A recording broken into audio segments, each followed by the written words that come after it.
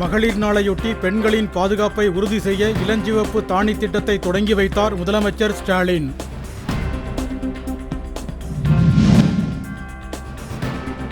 பெண்கள் பாதுகாப்பு குறித்து எதிர்க்கட்சிகள் திட்டமிட்டு பொய்களை பரப்புவதாக அமைச்சர் கீதா ஜீவன் குற்றச்சாட்டு.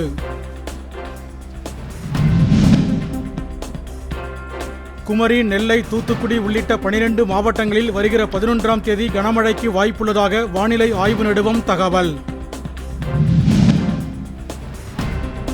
ராம்சார் பன்னாட்டு விருது பெற தேர்வாகியிருக்கும் சதுப்பு நில மீட்பு போராளி ஜெயஸ்ரீ வெங்கடேசனுக்கு பாமக தலைவர் அன்புமணி வாழ்த்து.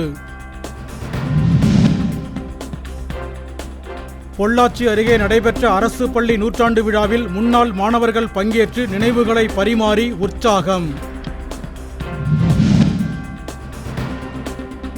சேலம் அருகே இழப்பீடு வழங்காமல் சாலை விரிவாக்கப் பணிகளை மேற்கொண்டதற்கு எதிர்ப்பு தெரிவித்து விவசாயிகள் போராட்டம்.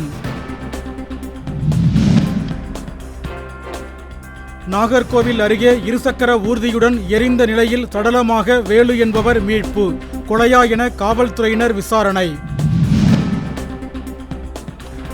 புதுச்சேரியில் சிறுமியை பாலியல் வன்கொடுமை செய்த வழக்கில் கார்த்திக் என்ற இளைஞருக்கு 20 ஆண்டுகள் சிறை தண்டனை விதிப்பு.